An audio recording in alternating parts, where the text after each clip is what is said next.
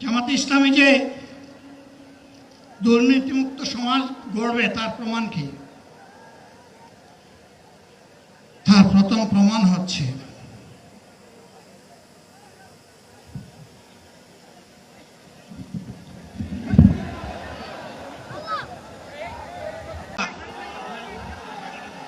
সম্মানিত ভাইয়েরা, আপনারা সম্মানিত ভাইয়েরা, আল্লাহ রাব্বুল আলামিনের রোশের মেহমানিতে এই গরমের সদরে মাহফিল মুহতারাম আমিরে জামাত উজিরে সুস্থ হয়ে যাবেন ইনশাআল্লাহ। আমি আল্লাহ তাআলার শুকরিয়া আদায় করি,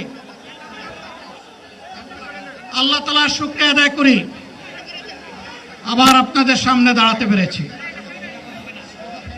আমি বলেছিলাম দুর্নীতিমুক্ত বাংলাদেশ ইনশাআল্লাহ সবাইকে নিয়ে আমরা গড়ব। আমরা কথা দিচ্ছি, বাংলাদেশ জামাত ইসলামী যদি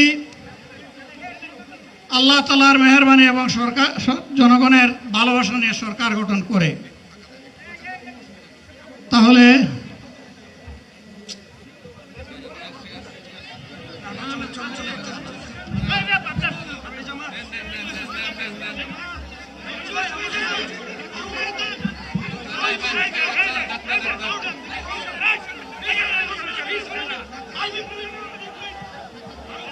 আপনারা নিজ নিজ জায়গায় অবস্থান করুন।